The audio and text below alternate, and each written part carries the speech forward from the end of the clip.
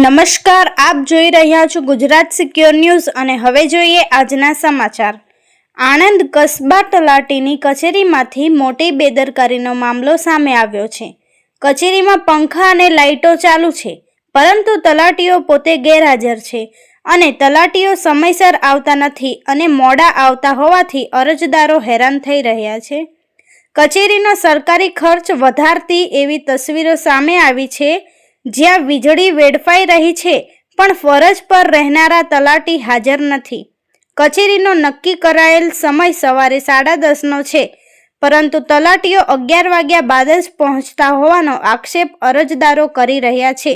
સમયસર હાજર ન રહેતા તલાટીઓના કારણે કામકાજ માટે આવતા અરજદારો મુશ્કેલીમાં મુકાઈ રહ્યા છે।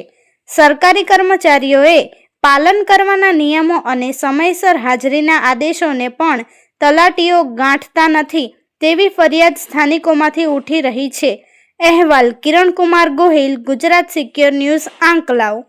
जी आपનું નામ? जगदीश मगनभाई सोलंकी करम साहब। જે અહીંયા તલાટીઓ સમયસર આવતા નથી, મોડા આવે છે, શું તકલીફો પડી હતી? તકલીફો એટલે સાહેબ આ જિલ્લા સેવા સદનમાં તલાટીનો ટાઈમ 10:30 વાગ્યાનો છે, 11 વાગ્યા સુધી આવતા નથી, તો આ ગામડાઓના બધા અરજદારો કેટલી તકલીફ પડે છે એ કોઈ જોવા માટે તૈયાર નથી।